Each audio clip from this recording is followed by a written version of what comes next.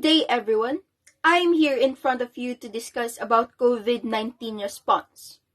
Ever since, I've been very vocal when it comes to medical related to help my community. I'm always active in many programs that helps people when it comes to health. I've been very passionate about what I'm doing. I'm happy that I can able to share it with other people. I decided to make a small programs in the small community in provinces to provide them free checkup and supply them some medicines. When pandemic started, I decided to volunteer in a hospital because they are in need to have frontliners.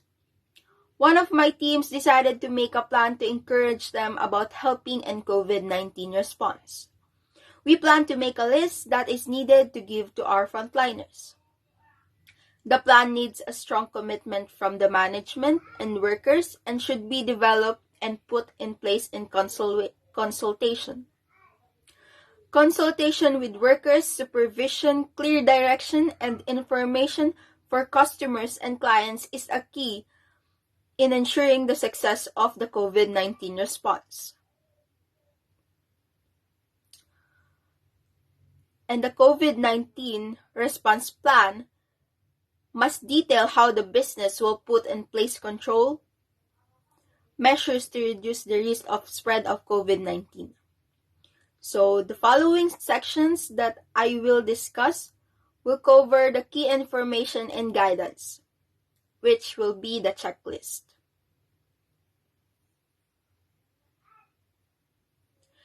The policy must be signed and dated by the managing director and owner. Checklist number 1, planning and preparing. Number 2, control measures. Number 3, COVID-19 induction. Number 4, dealing with a suspected case of COVID-19. Number 5, cleaning and disinfection. Number 6, workers. And number 7, worker representative.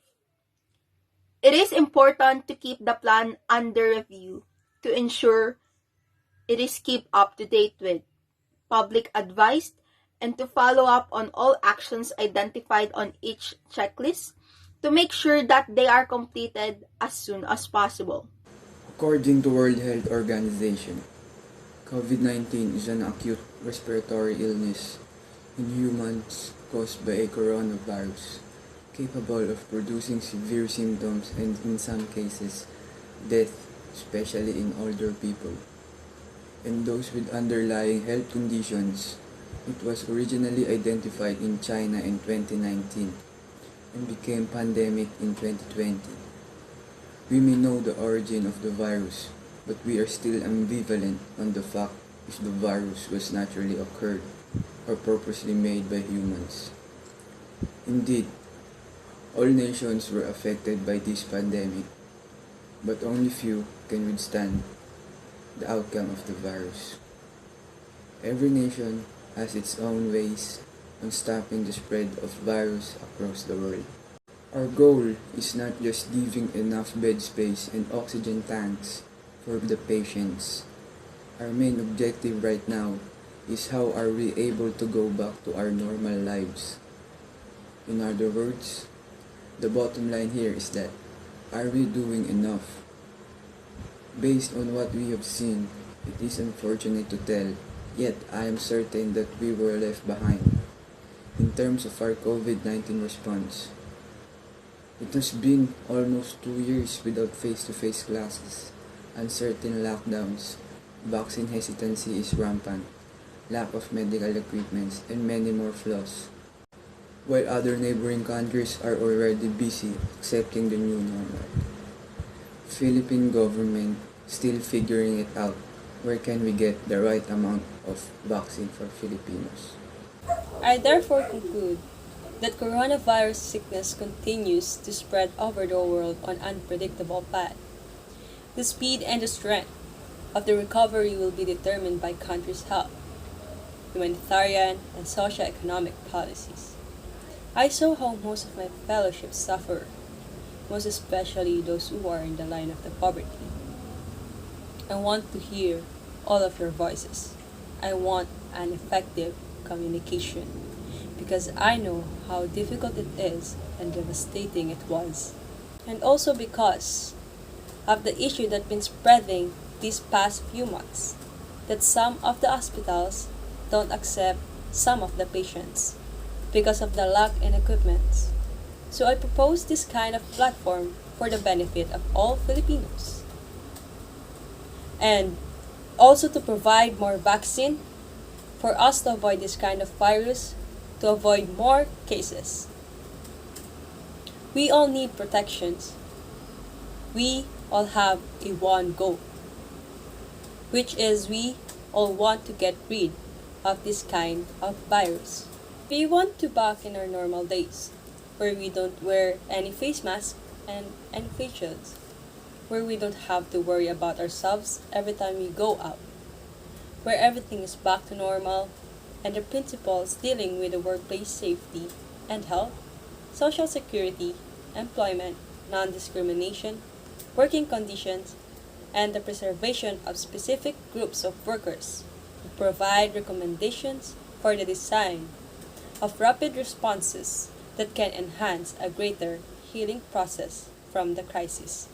Without a long-term structural reforms, the crisis exposed deep-rooted economic inequality would only worsen.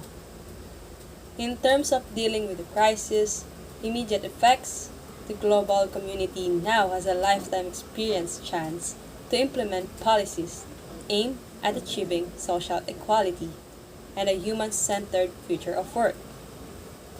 All of you are important, and we are one in this fight. Right now, we're facing a man-made disaster of global scale, our greatest threat in thousands of years, climate change.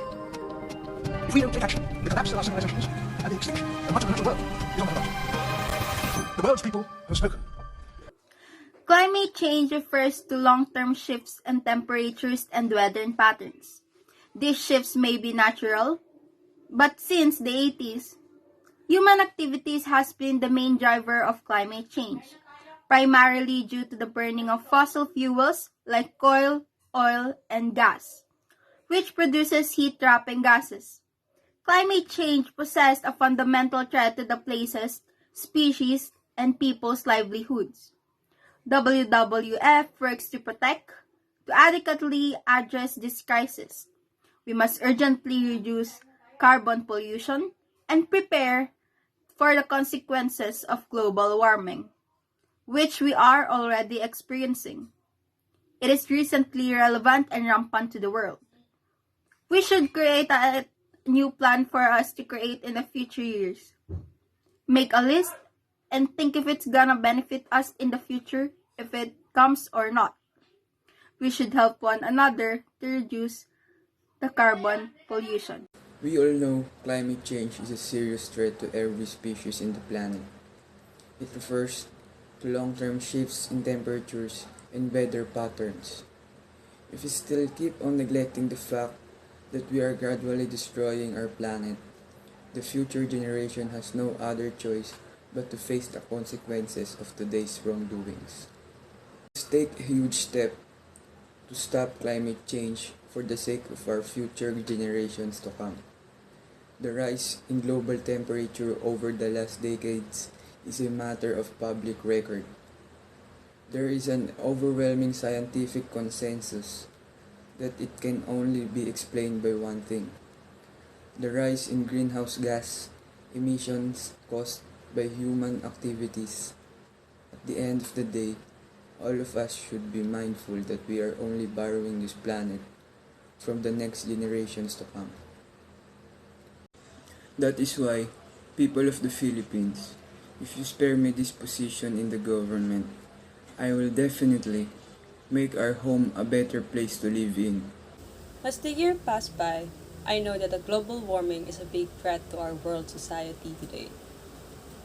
So there's no denying that global warming will alter our climate during the next couple of centuries. We experience a lot of disasters, and more disasters will come.